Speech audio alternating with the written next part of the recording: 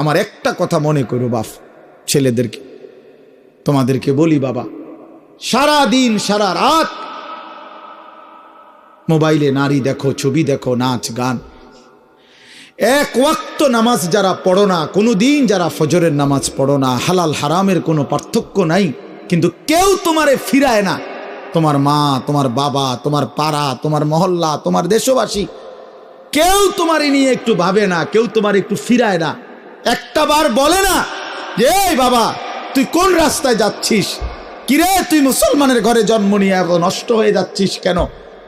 যাকে কেউ ফিরায় না, কেউ বলে না, কেন বাপ? একটা বার, একটা ছেলে শুধু তুমি আমার কথা ভাইবো যে কেউ তোমারে ডাকে না কেন?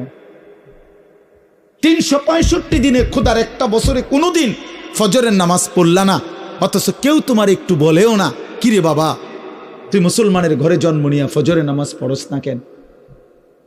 সারাদিন রাত তুমি মোবাইলের মধ্যে নারী নিয়ে, ছবি নিয়ে পড়ে থাকো, কিন্তু আপন মা বাবা, আত্মীয় স্বজন, পাড়া পড়োশি কেউ তোমারে ফিরাইবার জন্য একটু ডাকেও না, বলেও না। এমন হয়ে গেল কেন তোমার জীবনটা? কেউ তোমারে বাঁচাইতে চায় না কেন?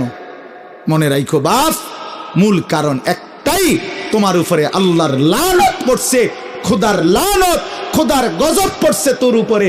এই জন্য আল্লাহর লানত পড়ে যার উপরে, তার থেকে গোটা সৃষ্টি মুখ ফিরায় নেয়।